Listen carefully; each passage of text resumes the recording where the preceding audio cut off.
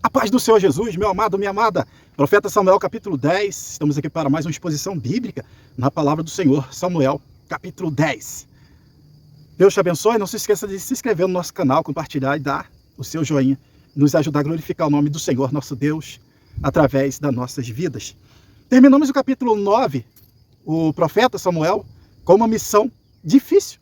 Sabe quando você vai fazer a coisa pela primeira vez? Então, o profeta Samuel está com a missão de ungir a Saul, rei de Israel. E como fazer isso? E agora? É a primeira vez? Como? Como é que eu faço? Eu mando esse gigante se ajoelhar? Como que eu vou jogar o azeite na cabeça desse homem? Então ele manda o moço ir à frente, retém a Saul e unge a Saul. Assim nós terminamos o capítulo 9. Estamos entrando no capítulo 10, que é o texto básico da nossa lição de domingo. Versículo 1. Então Samuel apanhou um jarro de óleo e derramou sobre a cabeça de Saul e o beijou, dizendo: o Senhor tem ungido como líder da herança dele. Certamente Saul está ajoelhado e Samuel, isso é eu dizendo, Samuel vai dar um beijo na sua testa e vai dizer essas palavras: o Senhor tem ungido como líder da herança dele. Assim, começamos o versículo 1. Vamos ver que óleo era esse que Samuel entornou na cabeça de Saul, do primeiro rei de Israel, escolhido, como dissemos no capítulo 9, segundo as concupiscências dos olhos do povo de Israel. Não era vontade de Deus, mas Deus estava atendendo às concupiscências deles. Êxodo 30, 31. Também ungirás a Arão e a seus filhos e os santificarás para administrarem o sacerdócio. E falarás aos filhos de Israel, dizendo: este será o azeite da santa unção nas vossas gerações. Então esse azeite era separado para ungir os sacerdotes. Os sacerdotes eram ungidos com esse azeite. No padrão do mundo, das nações aí do mundo, o rei teria uma cerimônia popular, e o rei receberia o quê? Uma coroa na cabeça.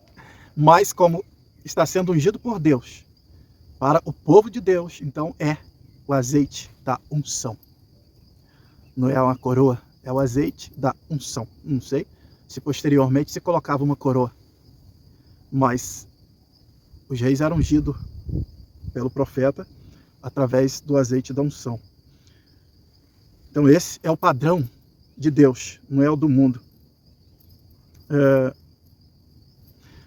Lembrando que no capítulo 9, Samuel vai acordar Saul aí umas 5 horas da manhã. Ele vai acordar Saul umas 5 da manhã. E no versículo 2.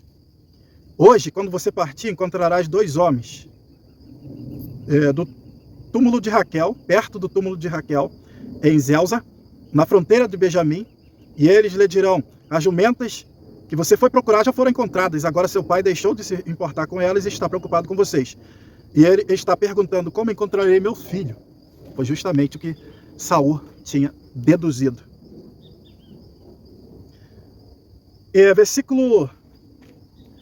Do versículo 3 ao 7. Vamos ver do versículo 3 ao 7. Aí nós vamos dar sequência aqui a esse texto. O profeta Samuel entrega a revelação a Saul. O que vai acontecer a partir do momento que ele sair da sua presença. Olha só que interessante como que é uma revelação de Deus. Então dali, se você prosseguirá para o carvalho de Tabor. 3 homens virão subindo ao santuário de Deus em Betel, encontrarão você ali. Um estará levando 3 cabritos e outro 3 pães e uma vasilha de couro cheia de vinho. Eles o cumprimentarão e lhe oferecerão 2 pães que você deve aceitar.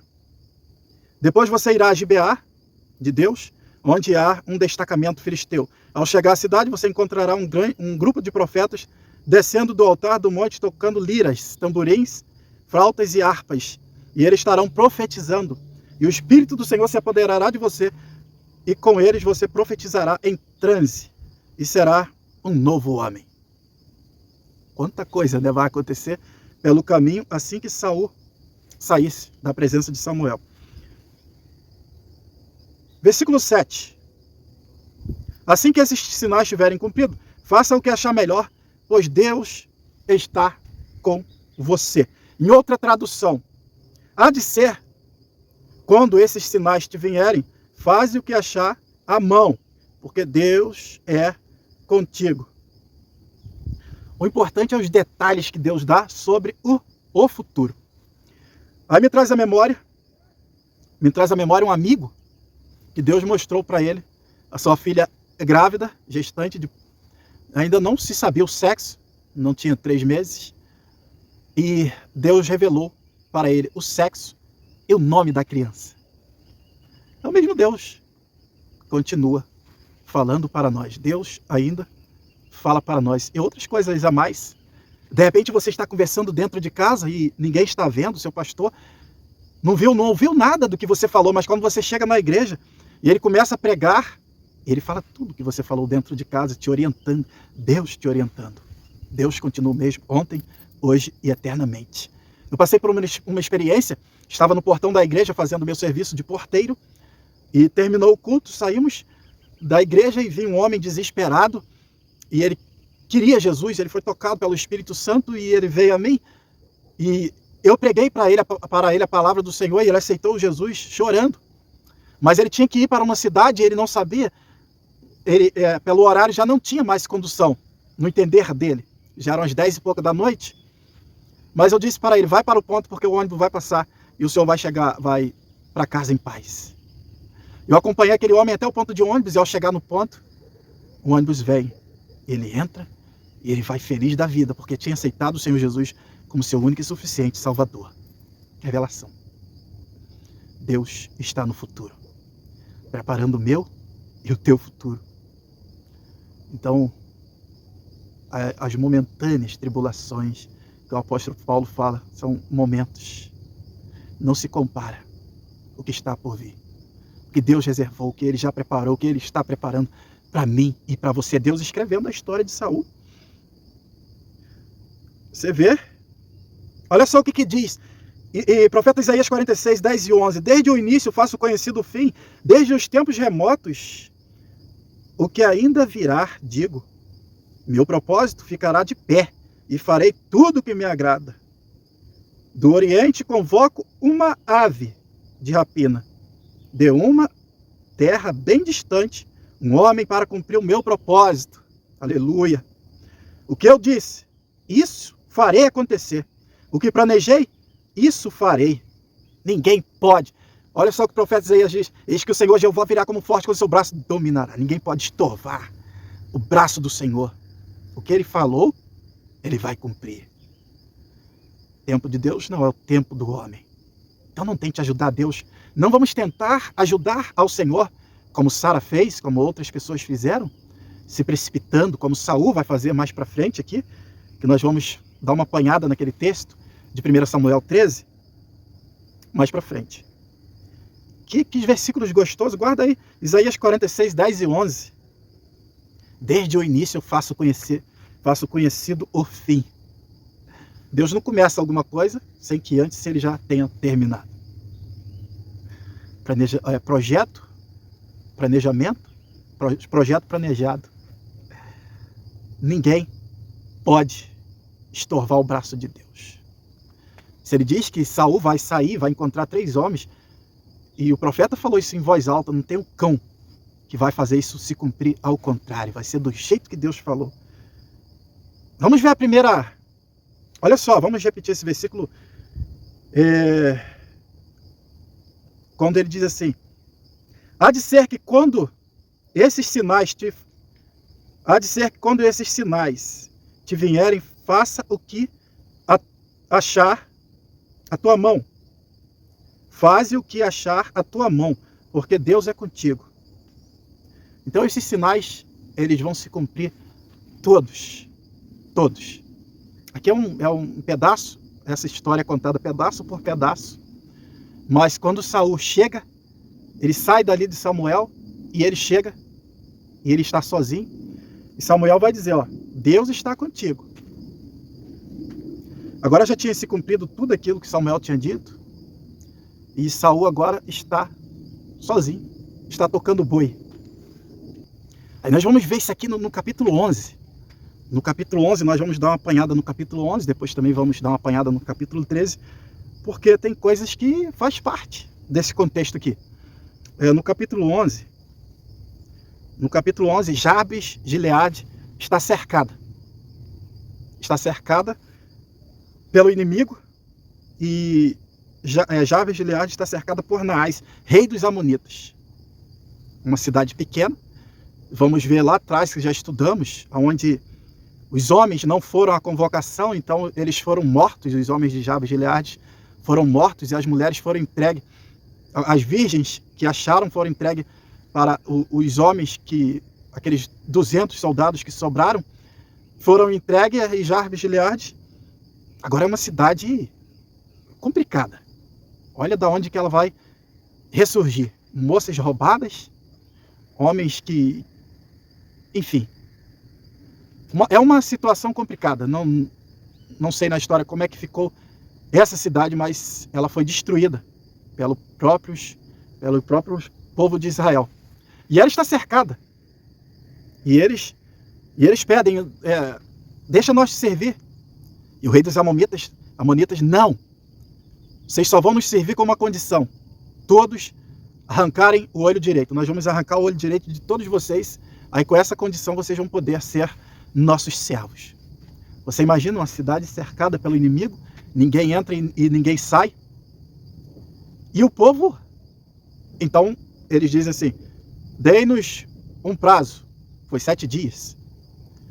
E nós vamos mandar carta aos nossos irmãos, a Israel. E se ninguém vir nos ajudar, então seremos vossos escravos. E quando chegam essas cartas, o povo está chorando. E Saul vem voltando, porque ele estava tocando boi, devia ser os julgados do pai. E isso é passado a Saul. E quando ele ouve essa história, a Bíblia diz que o Espírito do Senhor o impeliu. E ele ficou cheio do Espírito de Deus e matou 2 bois, espalhou por todas as tribos de Israel e fez a convocação.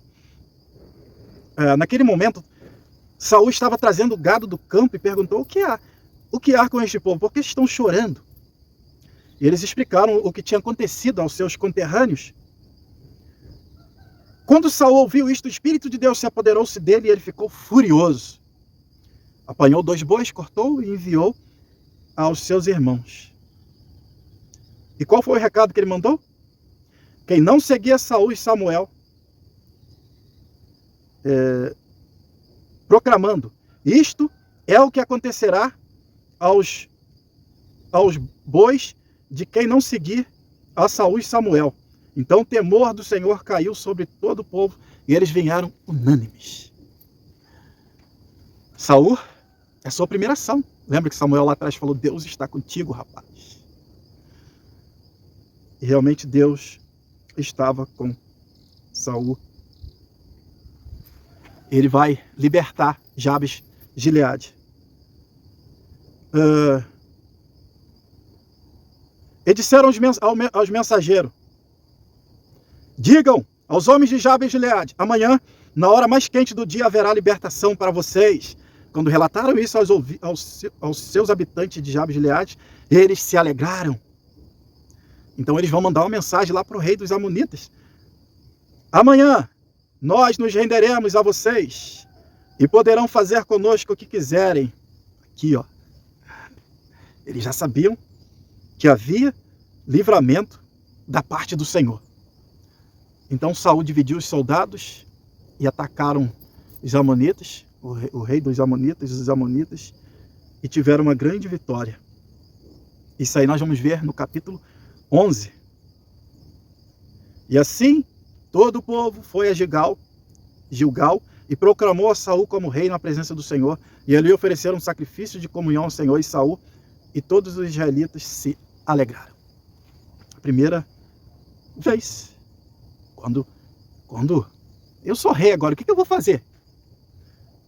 Samuel está orientando: Deus está contigo, rapaz, para te guiar. Onde guiar-me, meu Senhor? Eita glória, que hino gostoso, hein?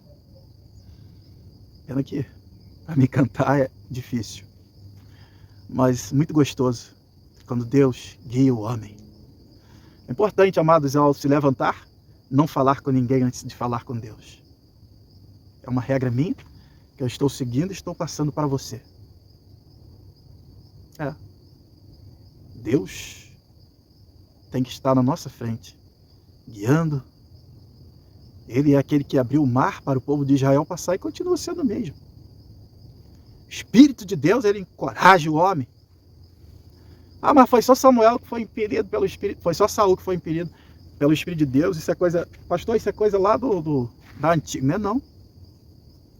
Um pastor estava, é saudoso, o pastor Sebastião Franco Correia, estava no ônibus em viagem e de repente 2 assaltantes entram pela frente e outro por trás no ônibus, inicia o assalto. E ele é impelido pelo Espírito de Deus e ele fica de pé e aponta um dedo, uma mão para lá e outra para cá, com um dedo esticado assim. E ele diz: há poder no sangue do Senhor Jesus. Aleluia. E aqueles bandidos, eles saem desesperados. Não há demônio que resiste um homem cheio do Espírito Santo de Deus, clamando pelo sangue do Cordeiro. Não há demônio que resiste. Eu tenho minha experiência. 3 homens, um assalto.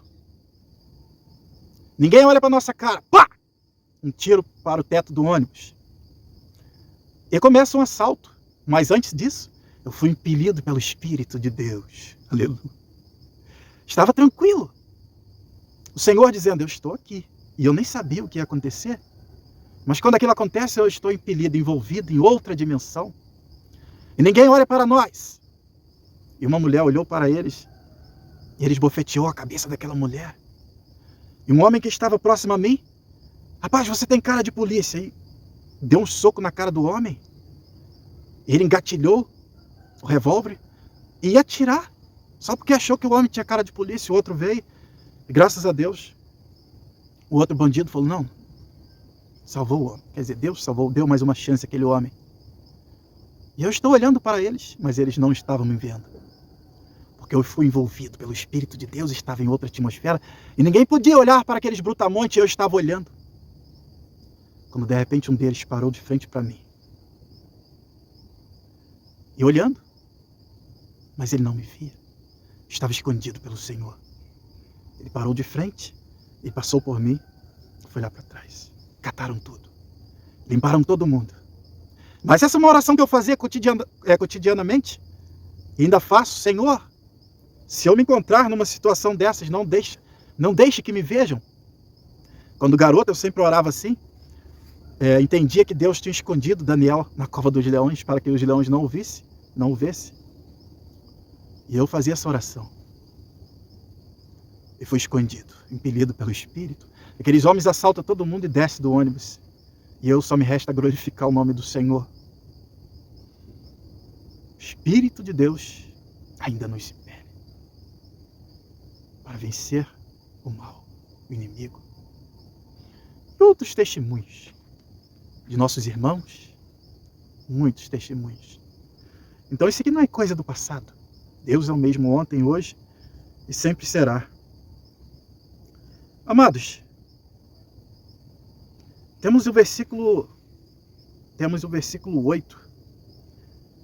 Vá na minha frente até Gilgal, e depois eu irei também para oferecer holocausto e sacrifício de comunhão. Mas você deve esperar 7 dias, até que eu chegue e ele diga o que fazer. Por que eu falei que ia citar o capítulo 13? Porque isso aqui vai se cumprir no capítulo 13. Isso aqui se cumpre literalmente no capítulo 13. No capítulo 13, do 1, nós podemos ler do 8 ao 15. Eu vou ler, mas pode ser do 1 ao 15. Olha só. Começa assim: e ele esperou 7 dias, o prazo estabelecido por Samuel, mas este não chegou a Gilgal. E os soldados de Saul começaram a se dispersar. Então ele ordenou: traga-me os holocaustos, os sacrifícios de comunhão. E Saul ofereceu então o holocausto. Saul não podia oferecer sacrifício nenhum. Saul era da tribo de Benjamim, Saul não era da tribo de Levi. Você lembra que Eucana, o pai de Samuel, oferecia sacrifício? Samuel da tribo de Levi, também profeta. Então Saul não podia fazer isso. Mas, no meu entendimento, o que pegou para Saul foi a rebeldia, a desobediência. Espera, Saul, porque eu vou te dizer o que fazer. E Saul não aguardou aquele prazo determinado pelo profeta. E aí quando ele acaba de oferecer, Samuel chega. Rapaz, o que tu fez? Os filisteus estavam reunidos, e eu fiquei desesperado. Pensei, agora os filisteus me atacarão em Gilgal e eu não busquei o Senhor.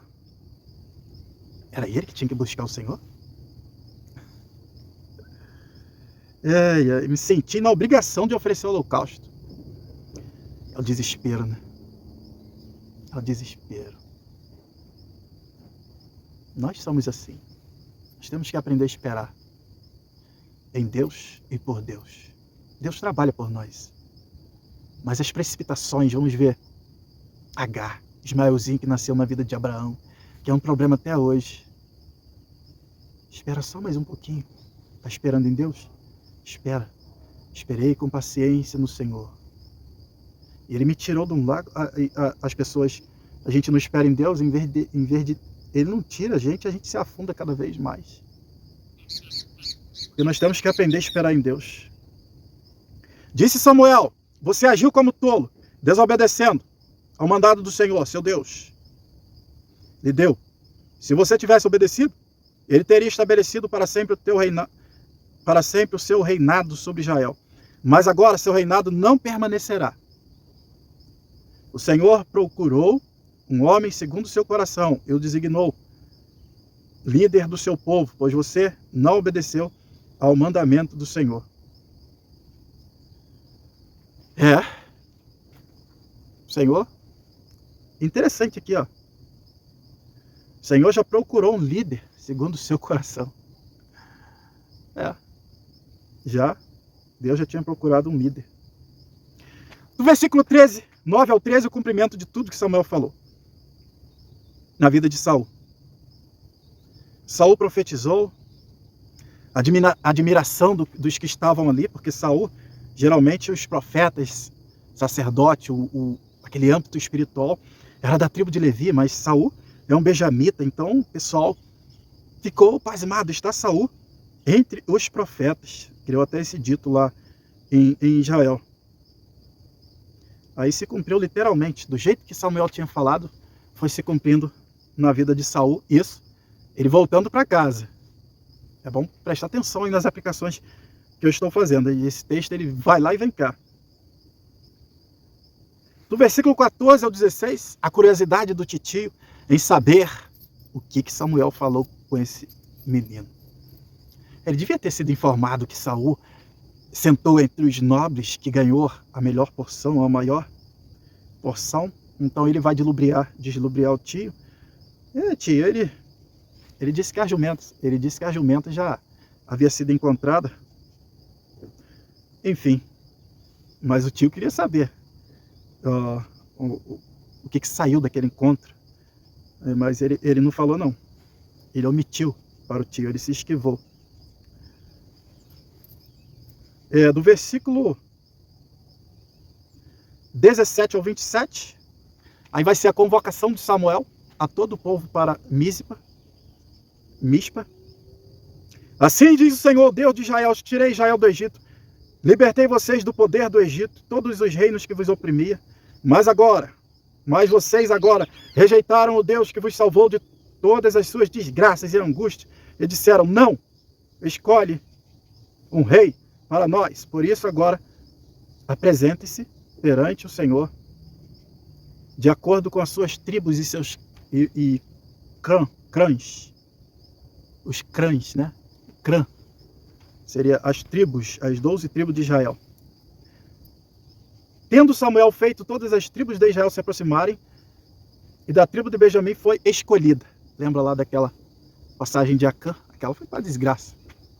Mas essa aqui é a tribo que vai ser honrada, vai ser privilegiada, porque o primeiro rei de Israel, vai sair de lá. Então a tribo de Benjamim é escolhida. Finalmente foi escolhido Saul, filho de Quis. Quando, porém, o procuraram, não foi encontrado. O homem, o grandão, estava escondido. Ele devia ter carroça de boi, tocador de boi. Deve ter feito lá escondido lá no meio da palha do capim. Estava escondido. Mas, ainda que o homem entre em densas trevas, se eu tomar as asas da alva, se eu habitar nos extremos dos mares, se eu cavar na profundeza da terra, diz o salmista, ninguém tem aonde se esconder do Todo-Poderoso, nem nas trevas. Então, consultaram novamente o Senhor, e ele já chegou, e o Senhor disse, sim, está escondido no meio da bagagem. O grandão está escondido. Devia ser um negócio esquisito, constrangedor. Sei que ele se escondeu. É vergonha, timidez, medo. Tanta gente grande aqui, tantos nobres. Eu, filho de Quis, a menor tribo de Israel, embora o pai era muito rico. É você. É você. E não tem como se esconder de Deus. Se Deus te escolheu, meu irmão, você pode correr para onde você quiser. Tem muita gente correndo, dizendo, eu não quero, eu não vou. Se Deus te escolheu, você não tem para onde fugir. Não tem onde se esconder de Deus, não. Até quando você vai lutar com Deus? Até quando Ele permitir. Quando Ele disser basta.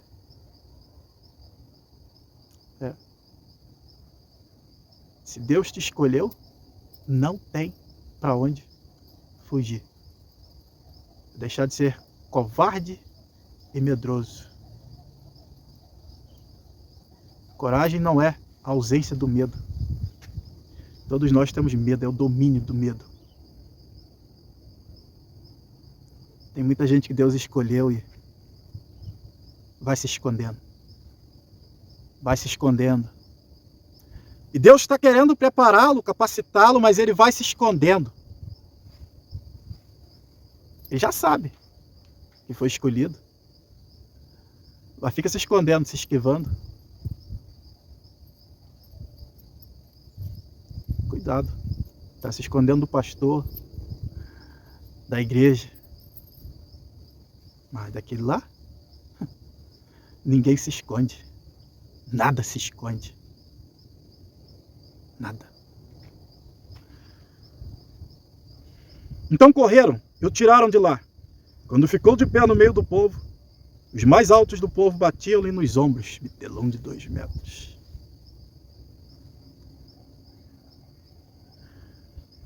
E Samuel disse a todos, vocês veem o homem que o Senhor escolheu? Não há ninguém como ele, entre todo o povo. Então todos gritaram, viva o rei! Deus atendeu as concupiscências deles. Viva o rei! Samuel expôs ao povo as leis do reino, e ele as escreveu num livro, e o pôs perante o Senhor. Então Samuel mandou o povo de volta para suas casas. Saul também foi para sua casa em Gibeá, acompanhado por guerreiros, cujos corações Deus tinha tocado. Alguns vadios, porém, disseram, como este homem pode nos salvar?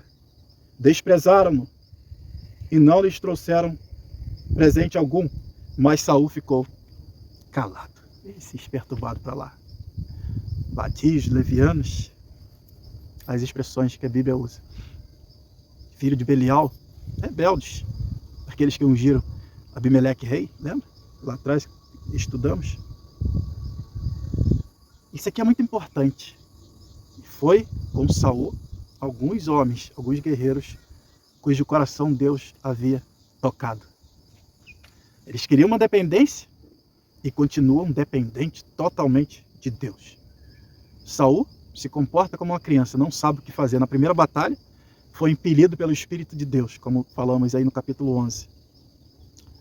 E você, que é líder, pastor, eu, não temos que nos achar bonitinhos, engraçadinhos.